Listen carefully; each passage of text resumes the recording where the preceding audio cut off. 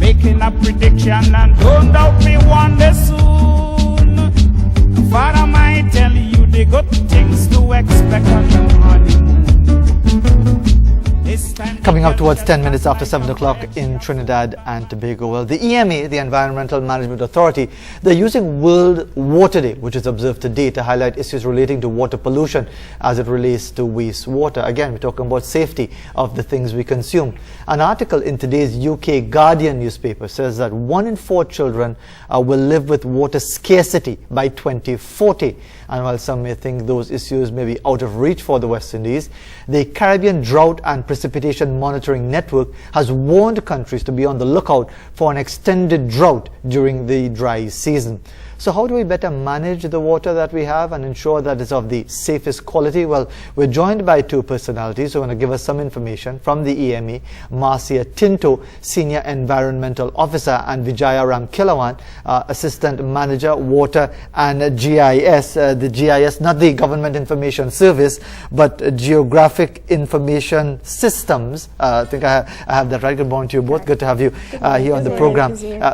By the way, for those, many people say the next world war, if there is to be a world war, is going to be about water and access to water. And many countries use their advantages as far as access to water to punish other countries by blocking off supplies and so on. So there are a lot of issues in the mix, and there's the logo for World Water Day 2017 from the EMA. So Ms. Tinto, just give us an idea of this idea of World Water Day and how did it start, and the 2017 edition, is there any particular theme, any particular area of focus? Okay. So I'll just put it into context. As early as 1993, the United Nations General Assembly designated the 22nd of March as World Water Day. And this was done because there was an issue with water, and they decided that they had to tackle this world water crisis by making people cognizant of the fact that water is a scarcity. Many will know that 71% of the earth is water. Of that 71%, just 96% is in the ocean. The other 4% would be fresh water, or water that is potable, water that we can use.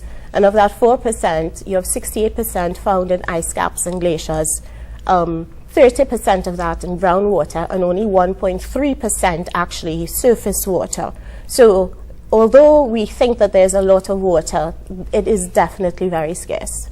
And as we talk about World Water Day in 2017, any particular message, any particular element that is being focused upon in 2017? So annually there is always a theme, and the theme for 2017 is why waste water? A play on words, first of all, wasting water, why should we waste water, but also to look at wastewater and how best we can manage the wastewater, which is basically water that comes at the end of use after whether we've had a shower, whether there's been some sort of chemical manipulation of the water. So the end product of water, which is no longer being used, would be considered wastewater.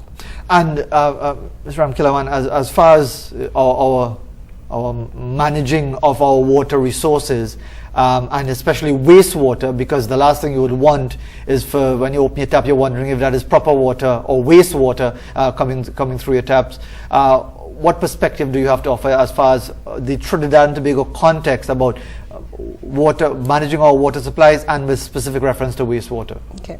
So specifically, our potable water supply is actually managed by the Water and Sewage Authority. The Environmental Management Authority is responsible, part of their mandate is wastewater pollution management. So we have a legislation in play called the Water Pollution Rules, and that deals with end-of-pipe discharge. So if you have an industry or commercial facility that has a discharge coming from a pipe, you are required to meet the second schedule of the Water Pollution Rules, meaning that it's an industrial discharge standard, which is acceptable for discharge into the environment. So it ensures that there's some level of treatment from industry or commercial facilities that's being released into the environment. And as far as enforcement, which is so often the real issue, where there are regulations, there are rules, there is information that everyone should be aware of, but is the EMA positioned at this point to ensure that these regulations are followed and therefore action is taken? Yes.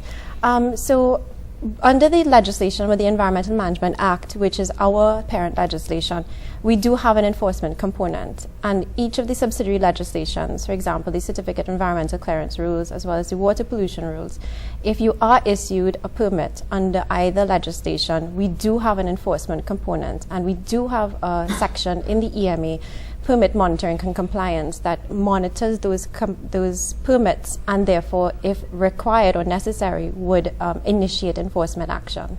And before I bring Ms. Tinto back into the discussion as to whether or not there's anything specific being done by the EMA today to mark World Water Day, or is there a general series of activities, could I ask, from the information that you would have available to you, those companies or industries or businesses, or whether it's public sector or private sector, are they generally compliant when it comes to meeting these requirements concerning wastewater? Generally, under the water pollution rules, there is one particular process called the water permitting process. And since 2010, we've issued the first permit. We initially targeted 100 facilities. To date, we have notified 78 to apply. And we've seen general compliance, or general move towards compliance. But most facilities generally are employing best management practices or housekeeping practices, not necessarily physical or chemical treatment. And that is sort of what you really need to thrust towards meeting compliance. But because of the economic situation, a lot of facilities are mindful of what they're employing within their treatment process.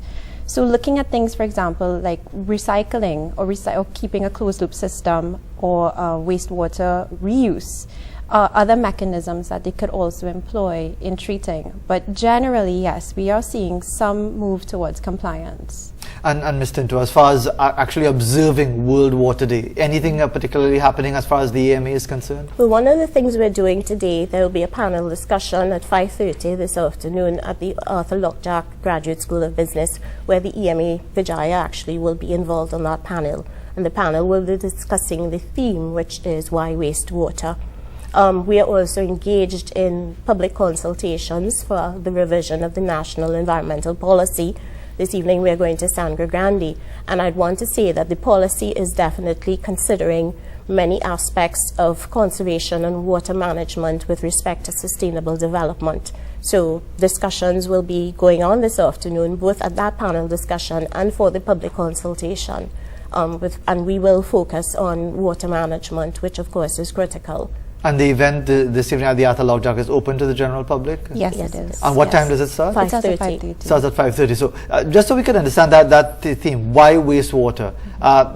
Is it that we talk about wastewater as an entity, or are we asking the question, why should people be wasting water?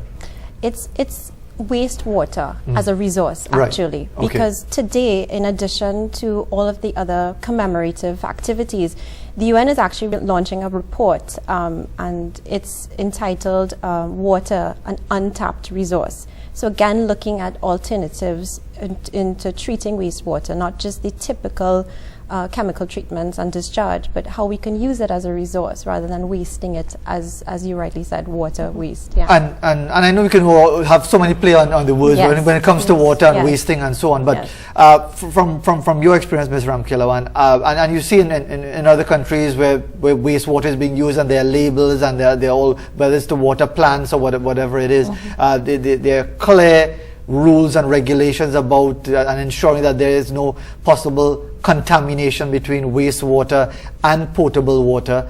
Are we moving in that direction at all, or is it that because we seem to be so careless about so many things? Look at this situation now with the concerns about corned beef on the shelves and all of that, even if some of that appears to be out of our control.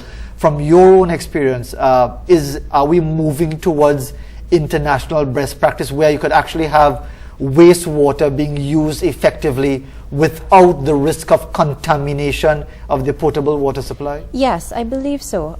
The National Environmental Policy, which is currently under draft, which Marcia just mentioned, actually requires us to look at wastewater reuse, and one of that would be alternative uses of wastewater.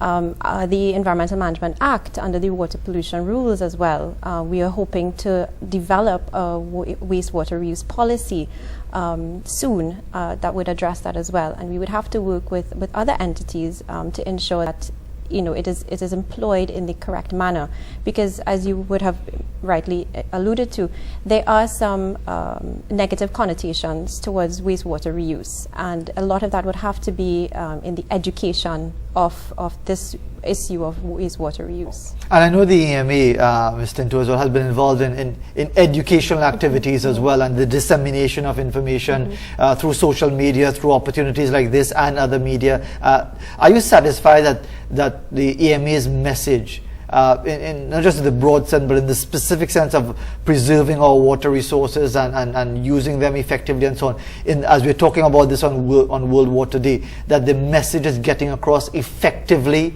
to all stakeholders in the country? I would want to say yes, to a certain extent. We recently finished a national environmental literacy survey. The results will be out to the public in a few weeks. But from the data we received, we've realized that many people have the information and the knowledge, but what is significant is that that knowledge is not translated into action.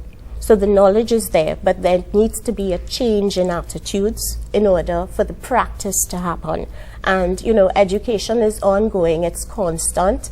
We know we never stop learning, and with respect to environmental education, the same applies. So it's an ongoing effort that we have to continually, it has to be sustainable, but we continually thrive at ensuring that people get the kind of information they want, that is communicated to them in a manner that's effective.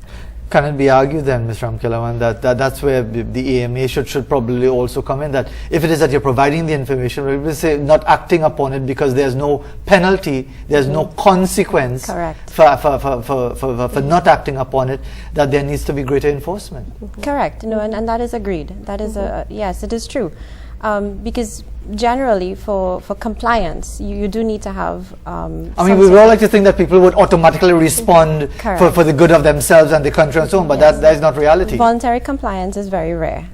So yes, you would need to have, and so even though, yes, we do have a system in place for enforcement and compliance, as with anything, we can always improve. But there is a system in place, and we have had some level of success through it. And of course, as I said before, we can always improve. Sure. And before we conclude, Ms. Tinto, just give us any contact information for those who would like to get more information specifically related to World Water Day or the EMA in general. How do people access that information? We have a website. It's www.ema.co.tt. The homepage is very dynamic, so you can go onto that homepage and get any information you want, whether it be about permitting, about our legislation, and education activities. The phone number at the head office is 628-8042, and we also have a help desk where people can come and access information and get assistance with anything that is important to them. And finally, this evening's dialogue at the Arthur Lockjaw Graduate Schools from 5:30, yes. Free and open to the public, and it's going to be a panel discussion on the topic, why wastewater? Yes, all right. Well, ladies, thanks very much for joining us this morning. Thank you very much, Ms. Tinto and Ms. Ramkhalawan. And let's hope people really appreciate the importance of water. And I mean, sometimes, what's the old saying? You only miss the water until when the well runs dry. Well, let's not wait till the well runs dry or the wastewater is wasted. Let's utilize the resource as effectively as we can, and who knows, maybe the EMA will be able to step up to the challenge of enforcement, which we seem to be scared of in Trinidad and Tobago in many respects. 7:23, we'll be back right after this on Morning Edition.